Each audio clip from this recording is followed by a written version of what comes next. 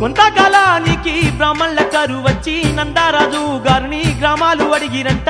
అందుకు ఆ రాజు సాక్షులెవరైనా ఉంటే తీసుకురమ్మంటూ పలికినాడోయమ్మా. తీసుకురమ్మంటూ పలికినాడోయమ్మా. ఆ మాట విన్నాక బ్రాహ్మణులు కాశీ క్షేత్రాన అమ్మవారిని వేడిరంట. వారి బాధ కళ్ళ చూసి ఆ దేవి సాక్షిమాతగా వెంట వచ్చేనంట. వారి బాధ కళ్ళ చూసి ఆ దేవి సాక్షిమాతగా వెంట వచ్చేనంట. సాక్షి చౌడేశ్వరయ్యి ఆ తల్లి నందవరము నందునే కొలువు తీరేనంట. సాక్షి చౌడేశ్వరయ్యి ఆ తల్లి నందవరము నందునే కొలువు తీరేనంట. ఏమి చెప్పనమ్మ ఈశ్వరమ్మ చరితము, మనం వెళ్ళి వద్దమమ్మ నందవరము క్షేత్రము. ఏమి చెప్పనమ్మ ఈశ్వరమ్మ చరితము, మన